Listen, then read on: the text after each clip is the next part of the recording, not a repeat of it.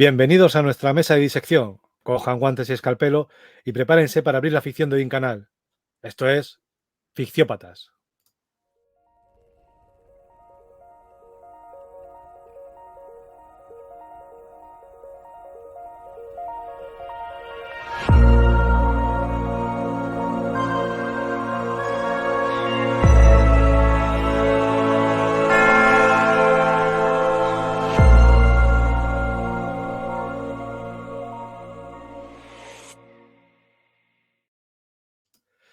Buenos días, Eric, ¿qué tal?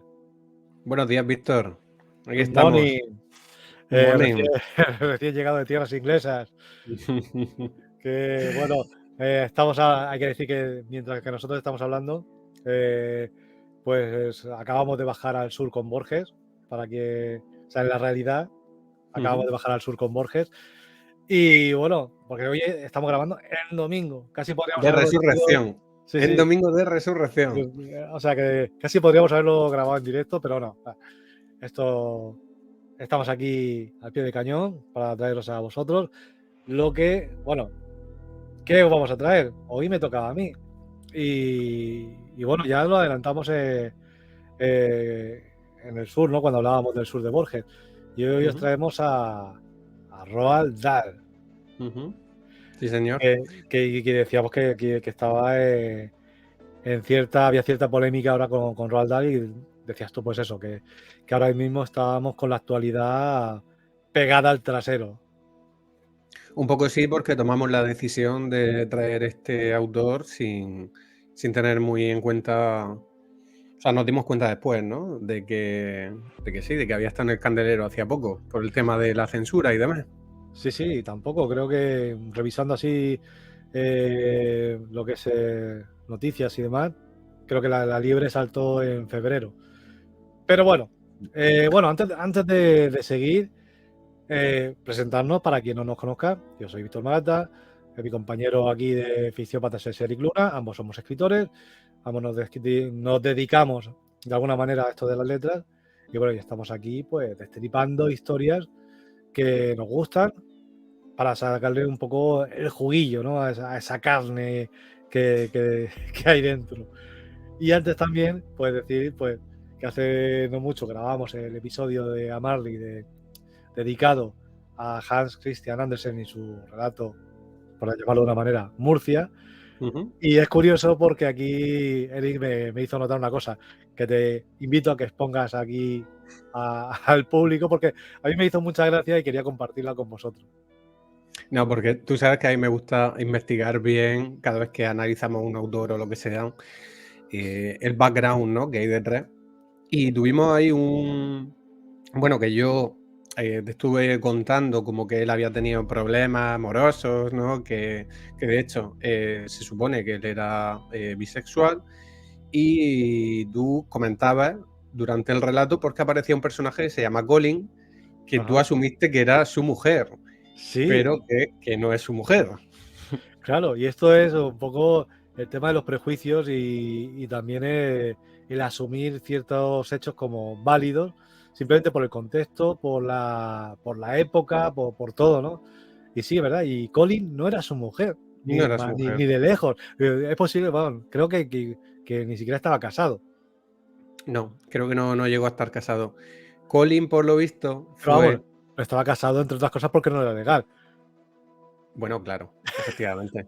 No, pero que él, como te digo, es que él en realidad, no me acuerdo dónde lo leí, que suplicaba por una novia, ¿no? Que es que Ah, yo creo que en realidad a él le gustaban hombres y mujeres, pero en el caso de Colin en particular, que aparece en el relato de Murcia y que acompaña a Andersen en todo su trayecto, se trataba de un aristócrata inglés, Edward Collins, que era un amigo suyo, pero al mismo tiempo era un amor suyo, era alguien al que le gustaba a Andersen. Y que, para dato curioso, por lo visto, la Sirenita, el cuento de la Sirenita, está basado en esta relación, la relación infructuosa que tuvo Andersen con este señor, que luego acabó casándose con una chica, una mujer. sí, y bueno, y decíamos Colin fue un poco la musa, ¿no?, que inspiró La Sirenita. La historia entre Colin y Andersen fue la historia que inspiró La Sirenita. Ya cada uno que le dé las vueltas que quiera en su imaginación, a ver dónde cuadra o dónde casa cada uno de los elementos de la historia en su vida personal, pero es así. A ver, lo que se sugiere es que La Sirenita era el propio Andersen, en realidad. Pero bueno, que sí, que cada uno ya pues ate cabos como quiera. Sí, Pero nos parecía adecuado hacer la fe de ratas, pero por sí. coherencia con la propia historia personal del autor. Sí, A mí a me mí parece Eri especial. sí, bueno, me decías que si queríamos compartir esto y yo te dije que sí, que efectivamente creo que es una cosa que merece la pena compartirse, porque deja en evidencia, pues eso, cómo nuestros prejuicios, nuestras asunciones, pues nos llevan a veces por el camino equivocado. Y sí que es verdad que con Andersen había investigado lo justo, ¿no?, a nivel sobre todo literario, pero no me había centrado demasiado en su vida personal. Y fíjate tú que lo que había detrás, que es bastante, como mínimo, interesante. Sí. No, sabes tú que al final los autores, las autoras, siempre estamos hablando de nosotros mismos, incluso en nuestra propia literatura, ¿no? Entonces, pues como dato, a mí el contexto siempre me resulta interesante. Sí, y bueno, y dicho esto, pues ya podemos Ujú. empezar con el programa Roald de Dahl. hoy. Y Ujú, hoy vamos a destripar, como hemos dicho, a Roald Dahl, ujú.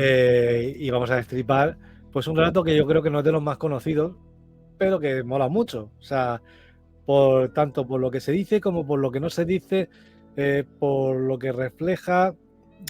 No sé, a mí me ha gustado mucho releerlo, porque yo ya lo leía. De hecho, mira, yo lo tengo en esta edición.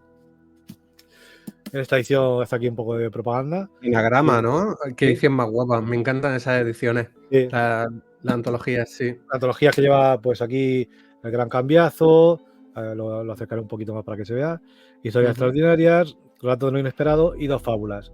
De ujú, Anagrama Compendium del 2016. Es una edición de, pues eso, conmemorativa del centenario del nacimiento de Roald Dahl. Y creo que, vamos, maravillosa porque tiene relatos muy, muy buenos. Este hombre hay que reconocer que tiene relatos muy, muy buenos. Tanto para adultos como para niños. A Entonces, mí me parece muy divertido Roald Dahl. sí, A mí me sí. ha gustado siempre mucho. Tiene un humor muy ácido, tiene un Sí. humor bastante negro. eh, a veces, pues la ironía y el sarcasmo con el que usa pues el relato o las palabras, pues tiene su gracia. Y Ujú. bueno, ¿qué relato vamos a destripar hoy? Pues vamos a destripar ni más ni menos que La subida al cielo. ¿Y qué es la subida al cielo? Dentro de este libro, de este compendio, La subida al cielo, primero hay que decir que está englobado dentro de la antología de Relatos de lo Inesperado, que es un poco la antología más adulta, ¿no? Algunos Ujú. de estos relatos, eh, pues pertenecían o han estado incluidos en revistas, en publicaciones de revistas, y también, como curiosidad, hay que decir que esta colección pues fue adaptada a una serie de televisión, ¿no? Imagino que del estilo de aquello o de Creepshow o de Chicho Ibáñez Serrador, ¿no? Ujú. Yo no he visto de esta serie ninguna cosa. Pero vamos, ¿quién es Roald Yo Dahl? tampoco. ¿Quién es Roald Dahl? Tenemos, ¿Quién es Roald Dahl? ¿tienes alguna idea? Eric, ¿quiere aportar? Yo, bueno, lo estábamos hablando antes en el previo. A ver, Roald Dahl, a nivel personal, obviamente me ha llegado información sobre su figura posteriormente a su obra. Yo primero conocía la obra, luego al personaje, ¿no? Sí, Y bueno, pues sabe, una persona que al final ha estado envuelta en polémica por cuestiones que hemos estado hablando antes. Y hace poco, por lo que decíamos, ¿no? Esa reescritura que se está haciendo de su obra para adaptar o actualizar, digamos, sus cuentos y su historia bueno, a un paradigma nuevo que vivimos ahora. Que por un lado, sí. pues, bueno, yo tengo una opinión sobre esto, pero si quieres la comentamos después, o lo que sea. Vale, sí. Con la polémica que hemos dicho, pues eso, de que sus albaceas y editores pues, han decidido que modificar o borrar directamente referencias al género, a la apariencia y al peso concreto, no concretamente esto, de los personajes de los libros. Esto, incluso autores de... O sea, todos se han... Esto ha levantado muchas ampollas, como decíamos en el capítulo anterior, en el episodio anterior, y es que hay muchos autores que dicen, bueno, te puede gustar más o menos, pero esto está sujeto a un contexto, a un tiempo, al autor, entonces no procede que se cambie. Si no te gusta un autor, por lo que dice, pues, directamente mejor que no lo leas. O sea, pero claro, tienes esa es tu libertad, la de leer o no leer a alguien que te guste o no te guste, ya sea como autor o su propia obra. Entonces yo creo que esa es la manera, desde mi punto de vista, ¿no?, de determinar pues el éxito o no de un autor. Si no gusta, pues se va apartando hasta que queda ahí pues desaparecido. Pero desde luego modificar su obra al antojo de quien sea, pues por no herir sensibilidades, pues no sé. Creo que igual no es lo más apropiado. Otra cosa serían las adaptaciones infantiles, ¿no? Que también se ha hecho con muchas obras y no ha pasado nunca nada.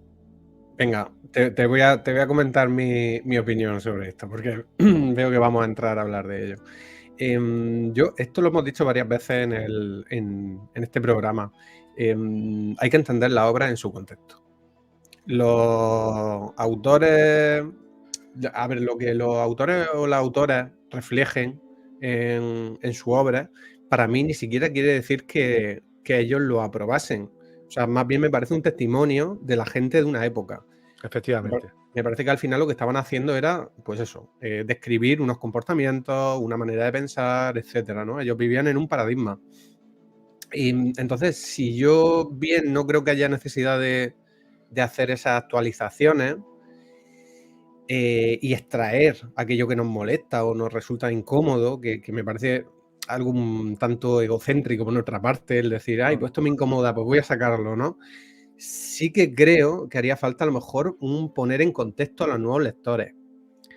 Pero no, ni siquiera como una etiqueta de parental advisory, ¿sabes? En plan de, oye, que esto es tóxico o esto es peligroso. No eso, ¿no? Porque también eso para mí es un poco como tomar por tonto al lector. Claro, y en cierto modo suavizar también o borrar, ¿no? También implica borrar partes de la historia que a lo mejor están ahí, pero no nos gusta verlas, pero siguen estando ahí, son parte de la historia. O sea, y el borrarlas no la va a borrar, no va a borrar esa parte de la historia. O sea, Para nada. entonces Para creo nada. que es mejor ser consciente de todo lo que hay a nuestro alrededor y ser capaces de decidir qué es lo que está bien, qué es lo que está mal, qué es lo que nos gusta, qué es lo que no. Yo creo que una obra, mira, toda obra cultural al final lo que tiene que invitar es al diálogo, a la reflexión. Entonces, precisamente, el que se pueda tener un diálogo con los nuevos lectores respecto, oye, así eran las cosas antes o este era el tipo de comportamientos que se tenían y que eso derive en un debate, en una reflexión sobre el tema, nos ayuda incluso a que no se vuelvan a cometer ciertos errores. Efectivamente, estoy totalmente de acuerdo. Más que extraerlo, pues vamos a hablar de ello. No, ¿sabes? Efectivamente. Vamos a ver por qué el autor dijo esto, qué es lo que rodeaba al autor, cómo pensaba el autor incluso, ¿no? O sea, no para entender la obra, sino para poner esos matices que, como decimos, pues pueden suponer la diferencia entre, pues eso, entre un autor y otro y entre una obra y otra, ¿no? Y lo que es el contexto.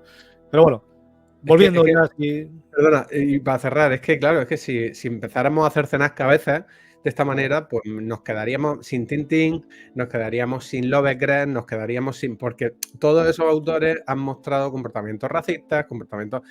Y entonces, pues, hombre, será mejor hablar de ello que decir, vamos a quitar esto de aquí. Sí. No sé. Pero bueno. Y sin otros libros, que no voy a entrar en qué libros son, porque todo el mundo los conoce, tienen siglos y quizá miles de años, en los cuales hay violaciones, incestos, decapitaciones, crucifixos. Bueno, ¿Estás hablando de la Biblia? Sí. Hoy es el día propicio. Sí. Entonces yo creo que, a ver, si alguien quisiera un poco suavizar, pues igual tendríamos que empezar por ahí. Ostras, estaría guay, ¿eh? Una versión light de la La Biblia. versión light, sí. O sea, no lo crucificaron, lo ataron en, Sí. en unos palitos Y le hicieron cosquillas y fuertes. hicieron cosquillas. Pero Sí. bueno, volviendo Ujú, al tema que nos ocupa, que es Roald Dahl, ujú, pues al margen de quién fuera Roald Dahl o qué polémica desatara en su día, porque también fue polémica su sola presencia, ¿no? Por las cosas que dijo, pues ujú. Roald Y Dahl sus es autor, críticos, sí. sí, Sí, sí. Roald Dahl es autor de Charlie y la fábrica de chocolate, que muchos conocen la adaptación y también Ujú, el libro. James y el melocotón gigante, Matilda, ujú, el gran gigante bonachón, Agutrot y las brujas. Y ujú, esto, de casi todo esto hay adaptación. De hecho, de las brujas, como te decía antes, hay una anécdota, y es que 1990, la edición de las brujas de 1990 que filmó Jim Henson, pues Jim Henson delegó la dirección yo te lo diré, lo tengo por aquí apuntado, en Nicholas Roeg. ¿Y qué pasó? Que Nicholas Roeg decidió cambiar el final original del guión y suavizar muchas de las escenas de las brujas, ¿no? De la película. Algo que, bueno, a ver, lo que se está haciendo ahora, pero aplicado al cine de ujú. hace 25 años casi. Y esto era porque a su hijo no le gustaba, como era, y de, bueno, pues voy a hacerlo al gusto de mi niño. Esto no le sentó nada bien a Roald Dahl. Y bueno, el proyecto sigue adelante sin el consentimiento de Roald Dahl. ¿Y qué hizo Roald Dahl? Pues cuando se estrenó la película, se fue con un megáfono ahí a la puerta de los cines a decir, a persuadir a todo el mundo de que no viera la película, de que esto era una mierda, que no la vieran. O sea, que, que no merecía la pena y que se la habían fastidiado. Luego dijo también que pues, se le quitaran, le borraran de todos los créditos de la película y aparte, fíjate si esto fue eh, impactante para él, que desde entonces dijo que él no quería volver a ceder sus derechos para, para una película, los derechos de sus obras. Mientras viviera, quiso el destino, la casualidad, que muriera el mismo año que se estrenó esta película, pero Ya. así que no sé, pero eso Bueno. como anécdota. Ah, bueno, quería decir, No, iba a decir que esto confirma un poco el dicho ese de que siempre es mejor el libro que la película, ¿no? sí, sí, bueno, eh, hay que decir también que para quien no lo sepa, el primer libro de Roald Dahl fue Los Gremlins, Ujú, que trataba curiosamente de unas pequeñas criaturas malvadas que formaban parte del folclore de la Royal Air Force. Y este fue publicado en 1943. Dirás, ¿los Gremlins de los que se basó la película? Pues sí y no. O sea, evidentemente el director de los Gremlins bebió mucho de Roald Dahl y se inspiró muchísimo en este relato para lo que es la película. el argumento de los Gremlins. Qué Sí, guay. Ya, esto no lo sabía. sí. Y luego Dahl tiene además un libro titulado Boy, Relatos de Ujú. Infancia, donde cuenta su propia infancia. Que esto también es algo de lo más curioso, ¿no? ¿Ya ves? Ujú. Sí, Eh, hay algunos autores que lo han hecho. Bukowski, por ejemplo, tiene un libro sobre su Sí, propia infancia. bueno, sí, de manera velada Stephen King también, con el Cuenta conmigo, que también sacó de ahí del archivo o sea, del archivo, del armario de los esqueletos, ¿no? Y de los monstruos, sacó el incidente de cuando se encontraron un cadáver él y sus amigos eh, por Ujú. las vías del tren, ¿no? Entonces, sí que parece que es una manera también de exorcizar, ¿no? Esos demonios de la infancia, ¿no?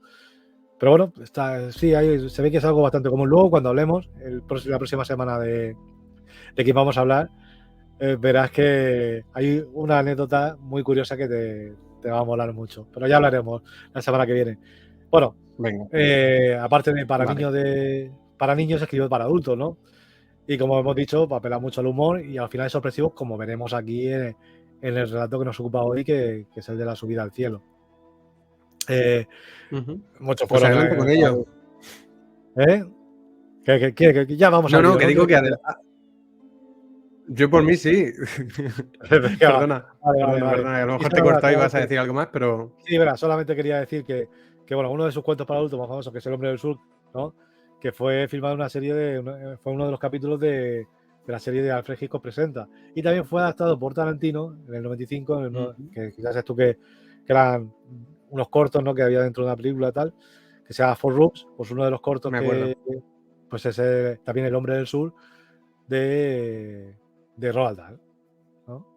Qué Así guay. que Qué guay, también... porque la película de Four Rooms a mí me gusta bastante. Sí, es que a mí me gustó también mucho. Bueno, este hombre... No sabía nada de esto. Has traído un montón de datos. Sí, es que No tenía ni idea de todo esto. además, este hombre tiene anécdotas curiosas como que, a ver, tuvo una época que tuvo que ganar dinero, ¿no?, y ganarse la vida, y en los 60 hizo, o sea, guiones incluso para James Bond, ¿no?, la película de Solo se vive dos veces, y para Chiti Chiti Bam Bam. O sea, son guiones son suyos. Qué fuerte. O sea, es que este hombre es una caja de sorpresas. Y tengo más cosas, pero bueno, en realidad vamos a empezar ya porque si no, aquí nos van a... Se nos va la mañana. Se nos va la mañana, sí. Bueno, pues yo voy poniendo aquí titulares. Vamos a hablar de La subida al cielo. ¿Qué es La subida al cielo? Pues La subida al cielo es un relato que, como hemos dicho, está dentro de la antología de Relatos de lo Inesperado, ¿no?, que es el recopilatorio que yo tengo. Y el relato pues tiene como protagonista a los señores Foster, pero sobre todo a la señora Foster. Son los señores Foster, son una pareja de ancianos adinerados, ¿no?, rondando los 70 años. Ella es una persona bastante que destaca por su nerviosismo. Yo aquí tengo apuntado que la señora Foster pues había sufrido toda su vida un miedo casi patológico a perder trenes, aviones, barcos y hasta telones en los teatros. Entonces esto empieza ya así poniéndonos en antecedentes de lo que va a surgir a continuación, porque nos encontramos ante el relato empieza en el momento en el cual la señora Foster está a punto de coger un avión. Pero claro, para coger el avión tiene que salir de casa, que vive en una mansión en el 60. Tengo aquí la dirección en alguna parte, pero bueno, una zona adinerada de Nueva York, y tiene que coger un avión con destino a París, Francia. ¿Para qué? Pues para ver a su hija, ¿no?, que está casada con un francés que se la trae al pairo, o sea, al pario, que el francés le importa poco, además lo dice por ahí, que ella le importa a su hija y sus 3 nietecitos que no conoce, a los que quiere mucho pero que no conoce. Y para este viaje pues lo tiene todo preparado, pero va a viajar sola, porque además el marido es muy rancio. El marido pues le dice, bueno, sí, lo ha convencido para que pueda viajar ella, pero él dice que no, él se queda en casa. Entonces el relato empieza en un momento en el cual pues ella está pues nerviosa, preguntando constantemente al servicio, ¿no?, al mayordomo, oye, ¿qué hora es? Oye, ¿me dará tiempo a llegar? Uy, voy a llegar tarde. Además es muy dramática en ese sentido. Entonces, una vez que nos ponen Roald Dahl, nos ponen antecedentes con la obsesión de esta mujer, que además le sale un tic en el ojo izquierdo, la comisura del ojo izquierdo, pues una vez que nos ponen antecedentes, pues ya empieza a tratar el relato muy dialogado. Y eso creo que le da mucho dinamismo y es la manera en la que tiene el autor de ponernos en la piel de lo que sucede, ¿no?, a través de esos diálogos, ¿no?, de preguntas incesantes, nerviosas. Bueno, pues si la señora Foster es un manojo de nervios a punto de salir para el aeropuerto, el señor Foster es todo lo contrario. El señor Foster es la pachorra. La pachorra, pero además, y esto aquí es lo curioso, la pachorra, pero intencionada. Hombre, por supuesto, sí. Porque es ahí, a él le gusta hacer de rabiar a su esposa, ¿no?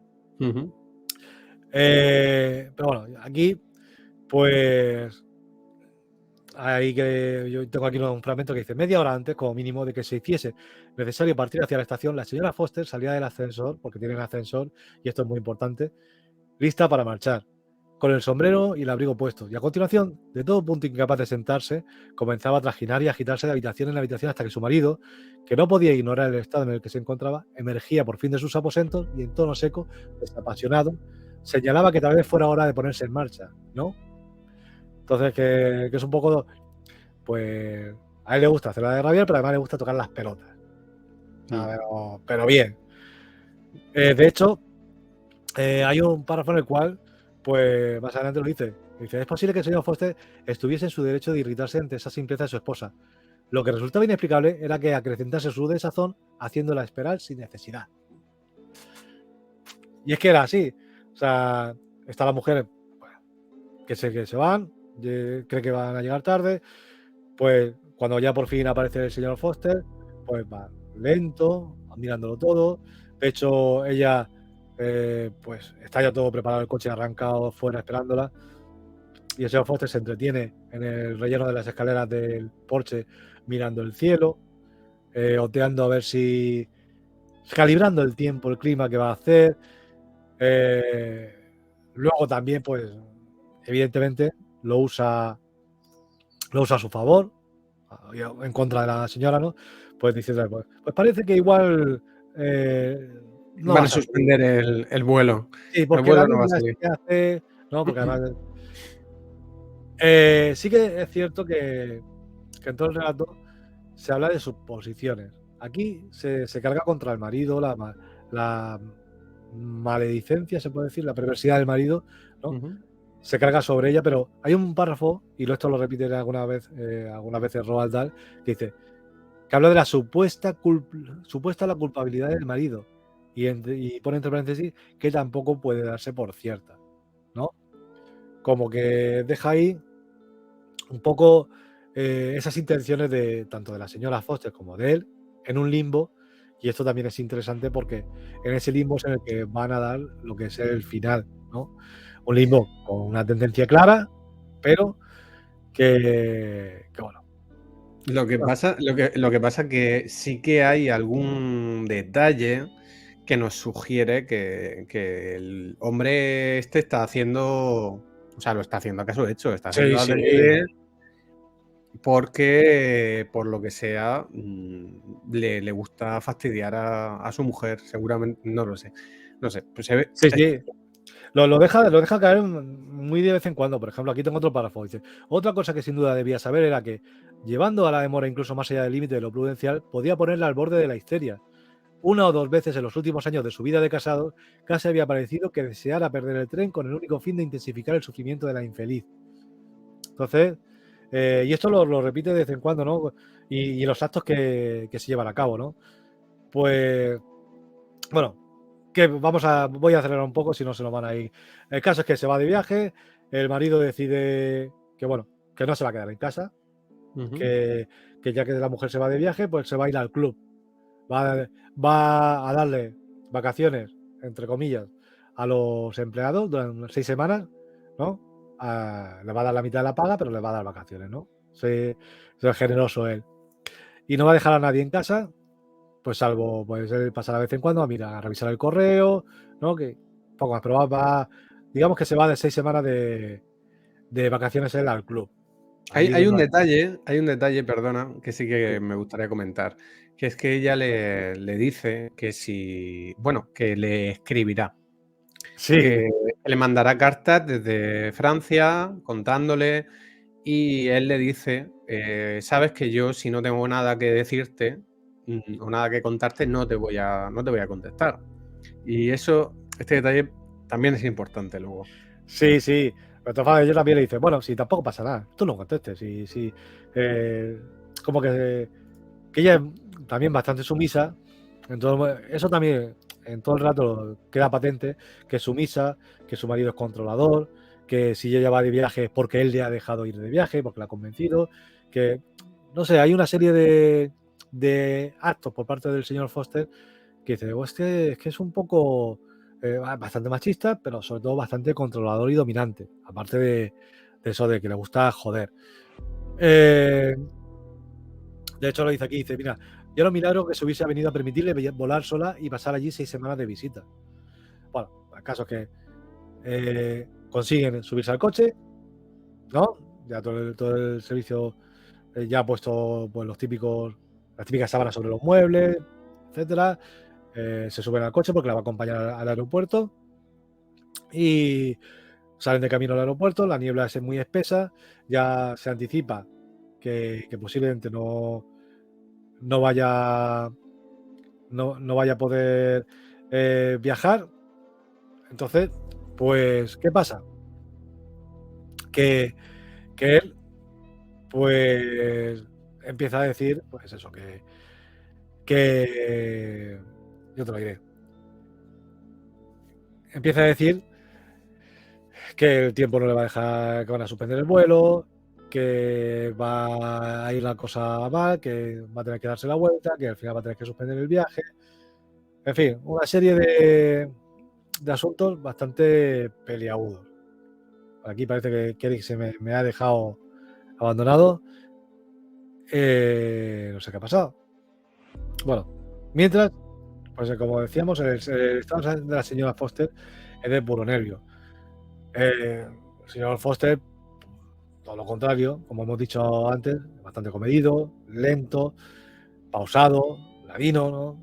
Que además, como hemos dicho también, pues para rematar esa tardanza, pues se permite, pues rematar. Hombre, Eric, bienvenido. Yo sí he seguido aquí hablando para intentar pasar por alto todo. Subsanar los problemas técnicos. Nada, Sí, perdona. sí, Perdona. bueno, Hay una pues caída aquí de internet. sí, decía que bueno, que ya está en el coche y el señor Foster pues estaba pues, vaticinando que todo va a ir mal, que no van a coger el vuelo, que lo van a suspender, etcétera, etcétera. Bueno, ella igualmente llega al aeropuerto, contra todo pronóstico, ella se baja, el señor Foster ni siquiera se molesta en aguardar con ella por si acaso el vuelo lo sabe. Dice, no, yo me piro. O sea, porque ella le dice, no hace falta que te quedes. Dice, no, es que no pensaba hacerlo. O sea, que es una lindeza este hombre. Dice, no, si no pensaba quedarme a esperar. Así que ya te apañas. Si pasa algo, ya me me avisas. Ya me avisas. Así que pues, la señora Foster pues, se queda allí esperando. Pasan las horas. Se retrasa el vuelo, se retrasa hasta que finalmente a las 6 de la tarde pues ya dicen que no, que se suspende el vuelo hasta las 11 de la mañana siguiente. Ya los nervios de la señora Foster están en su momento álgido, llama a su casa, casualmente responde su esposo que estaba a punto de salir hacia el club y bueno, le pregunta, ¿qué hago? ¿Me quedo por aquí en algún sitio tal? No, yo diría que te quedes por ahí. Vente a casa y mañana vuelves para allá. Digo, bueno, pero es que, claro, no tenemos allí nada para cenar. Dice, bueno, come antes de venir. Come antes de venir y ya te vienes. Te pillas un taxi, que no te voy a ir a buscar yo, tú te vienes un taxi y yo, pues aquí estoy. Entonces hay que decir que da la sensación de que en ese momento la señora Foster, por ella, se hubiera quedado en el aeropuerto. Sí. Por prevenir precisamente lo que había pasado ya esa mañana del retraso, la inquietud por no llegar, etcétera. Porque parece que se lo plantea por un momento, como decir, falta un día para que salga el avión, pero igual. Sí. Pero de hecho, es que es eso, la decisión de incluso llamar a casa, pues la toma un poco a regañadientes. Yo creo que también por ese sometimiento al que está sujeta por parte del marido, ese control, ¿no? De hecho, el marido, pues, luego cuando entra a casa, cuando vuelve, le dice, hijo de su madre, dice, y bien, dice, ¿qué tal ha resultado París? ¿No? Como, con el retintín. Bueno, Qué asqueroso. El caso es que al día siguiente se vuelve a repetir la historia, ¿no? Pero con el añadido de que el marido le dice, bueno, hoy, pues espero que no te importe, ya que vamos de camino al aeropuerto, que me dejes de camino en el club, ¿no? Y la señora Foster se empieza a poner nerviosa. Yo, ¿cómo que te deje de camino? Digo, es que no pilla de camino el club, pilla en la otra, en la dirección opuesta. Dice, bueno, sí, porque dice, no queda camino al aeropuerto. Y él dice, pero tienes tiempo de sobra, querida. ¿O es que no quieres dejarme en el club? Ahí manipulando. Dice, oh, sí, claro que sí. Dice, bueno, pues ya está. Entonces, antes de las 8:30, la señora ya estaba ahí en el zaguán, lista para marchar, y el marido apareció minutos después de las 9. Lo típico. Cuando aparece el marido, le pregunta si ha hecho café, pero con su pachorra que hemos dicho antes. Va para un lado, para otro, y dice, bueno, espérate, que voy a coger unos cigarros puros. Tarda un poco, me voy subiendo del coche que ahora voy. La señora Foster ya estaba presa de los nervios, pero vamos, como con el tic a todo gas. Ujú. Y aquí hay una cosa que me hace mucha gracia, porque hay detalles que el autor va dejando caer, y uno de ellos es este, que es cuando, la segunda vez que, en este segundo día que baja por la escalinata, ¿no? Dice el relato, dice, el señor Foster salió de la casa 5 minutos más tarde.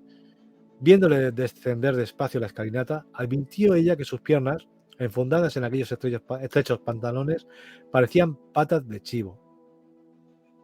Entonces, esto aquí creo que es un detalle que hace alusión, pues eso, a la perversión, a la maldad del marido, ¿no?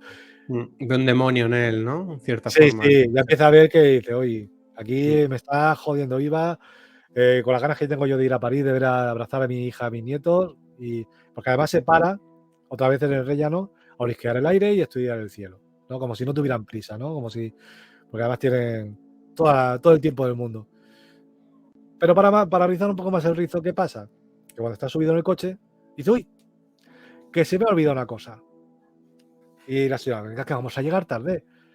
Dice, no te preocupes, querida, sí tardo nada. Si estos son unos minutos. Son unos minutos. Que es una cajita blanca, una cajita que envuelta en papel blanco, dice. La señora dice, bueno, a ver, pues si es una peineta, como se la puedes enviar por correo, dice, si una vez tú dichosas peinetas, entonces él contesta, y aquí también se deja caer el aire autoritario y dominante que tiene, y dice, ¿y qué tienen de malo las peinetas si por saberse?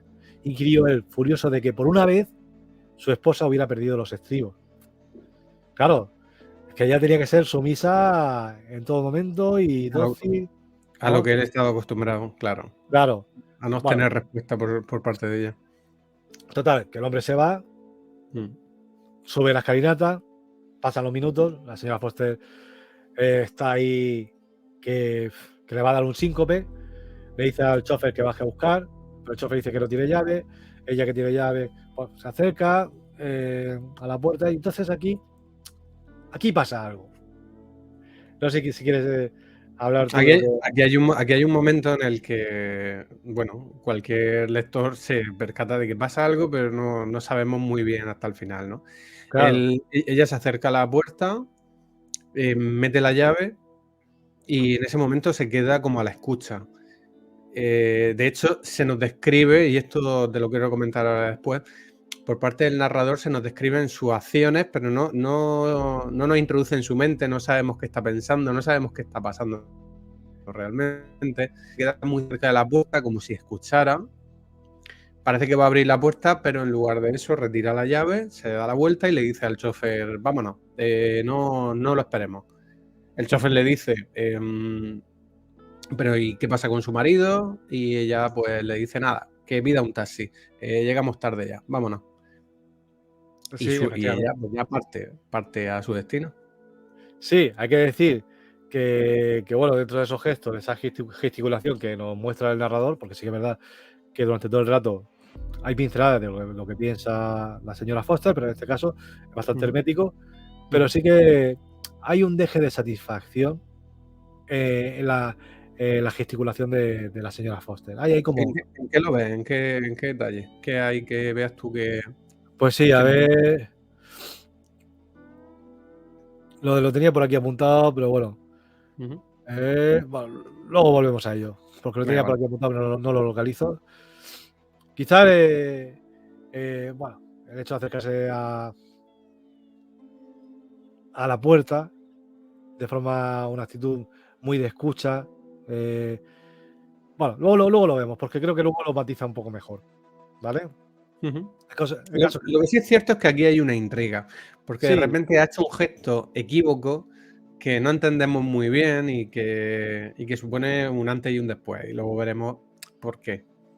Sí, a ver, sí que está claro que la decisión que toma la señora Foster es una decisión meditada muy rápidamente, pero meditada. O sea, sabe lo que hace y sabe por qué lo hace. Sí. Bueno, el caso es que ella, pues, se va a su avión, lo coge, todo muy bien, cada vez más serena. Y esto es algo también muy que evidencia mucho la situación que se va a dar. Porque ella, pues cada vez se va viendo más aliviada, más serena, quizá porque ha cogido el avión. eh, Ella disfruta con su hija, con sus nietos, o sea, regalándoles cosas, estando allí disfrutando. Escribe a su marido, como había dicho que iba a escribir, pero en ningún momento ni lo llama ni nada, simplemente pues ella, pues eso, directamente disfruta de sus vacaciones, como tenía pensado sin pensar demasiado en su marido.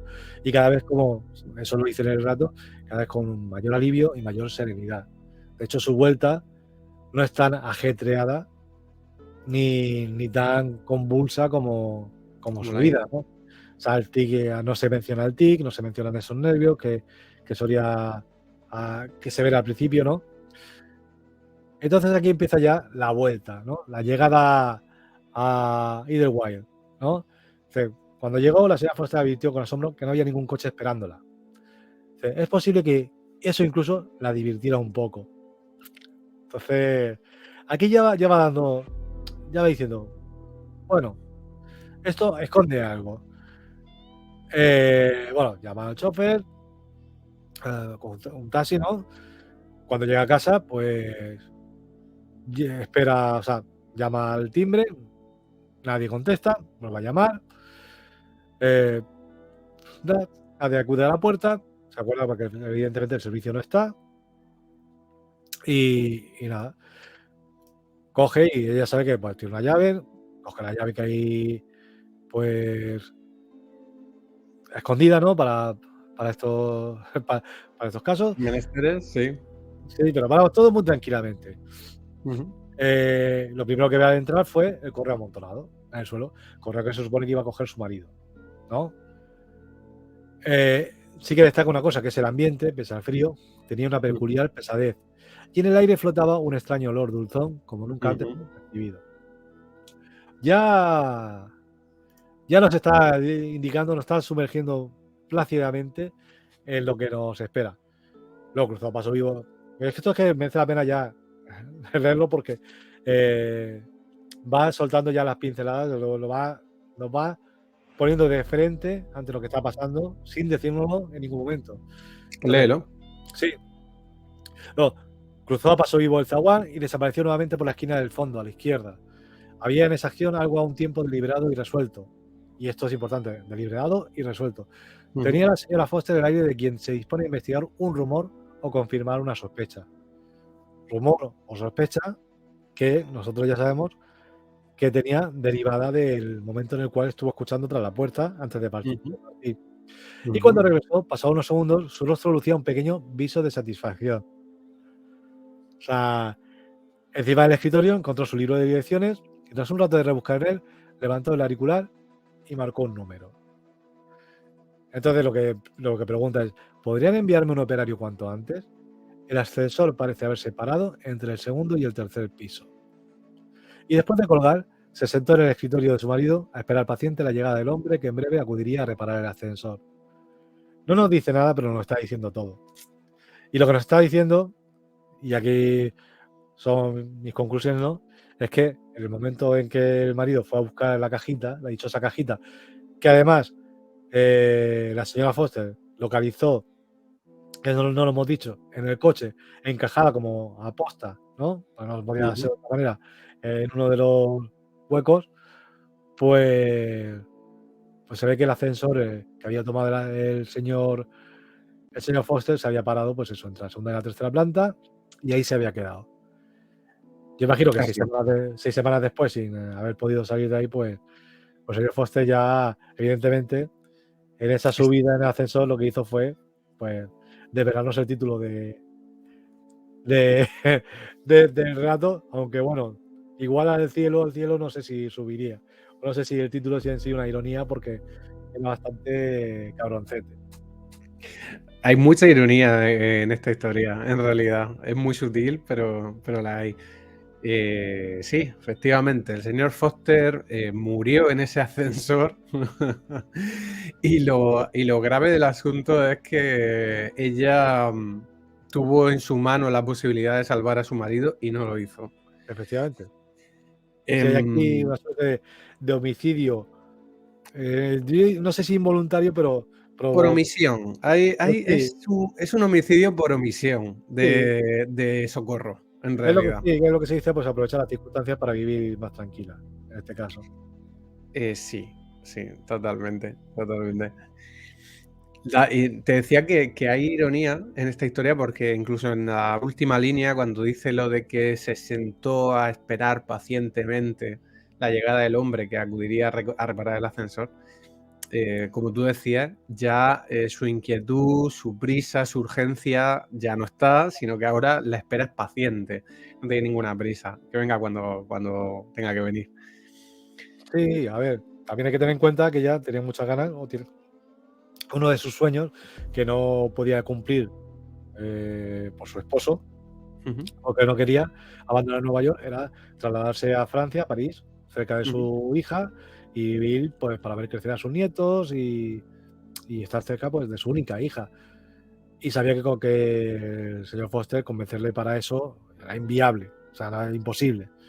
Entonces, de esta manera también se libera esa puerta a vivir una vida que le había sido negada durante pues, el tiempo que llevaba casada con él. Pues le ha ido negando todo. Esta es una historia sobre las pequeñas maldades conyugales, em, y también sobre, en cierta manera, sobre algún tipo de maltrato, porque al final para mí Sí, lo que él hace, él sabe que ella es vulnerable, que le produce ansiedad, que le produce una inquietud terrible, lo de la espera, el llegar tarde, y él se aprovecha de eso y no es que la torture, ¿no? Pero sí la tortura porque le toca en el punto débil. sí, Mm, o sea, hay maltrato. Hay claramente maltrato, sobre todo psicológico, psicológico. Ujú, pues, es más evidente. No sabemos si habrá otro tipo de maltrato, pero psicológico lo hay. mm, Y manipulación, dominación, todo eso está presente. Y mm, claro, ya no sabemos si el tic de la señora o esa presa de nervios es precisamente provocado porque conoce a su marido y su marido sabe que hace lo imposible por provocarlo, ¿no?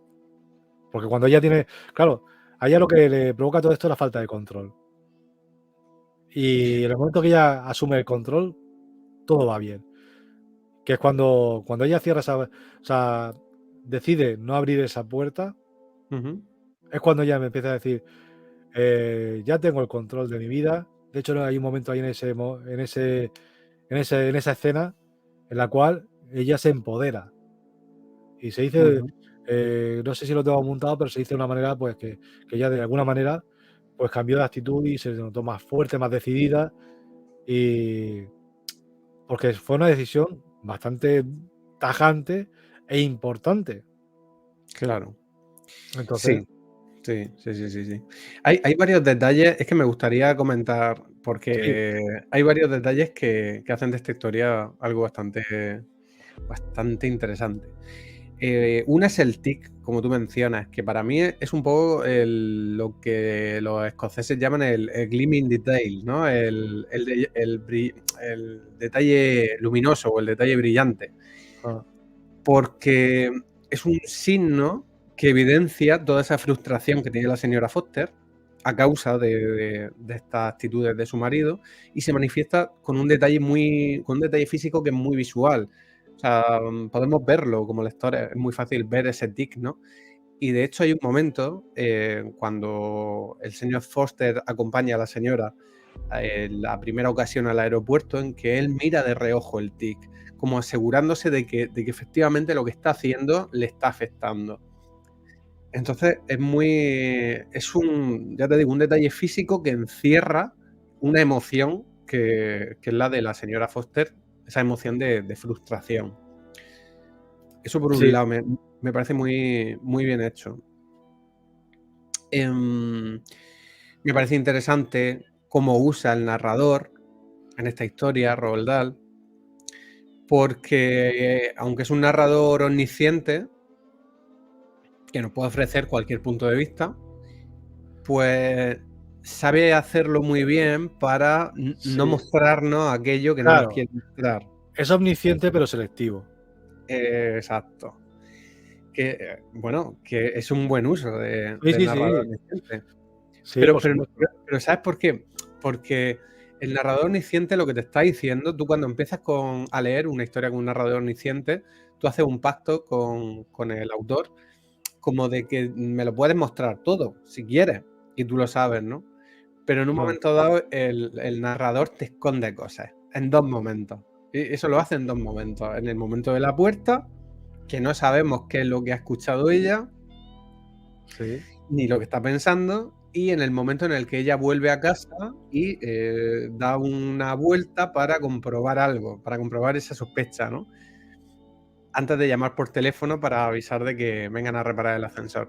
En esas 2 ocasiones el narrador nos oculta cosas. Y ahí está la gracia, porque es cuando se produce un poco el efecto en nosotros como lectores de darnos cuenta, ¿no? Ese insight de, Claro. ostras, aquí ha pasado algo.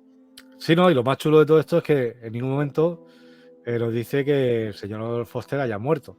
O sea, No, no, no. no dice en ningún momento que, o sea, sin apelar a la muerte directamente, no lo está, o sea, es que no hay evidencia más que suficiente para pensar que es así.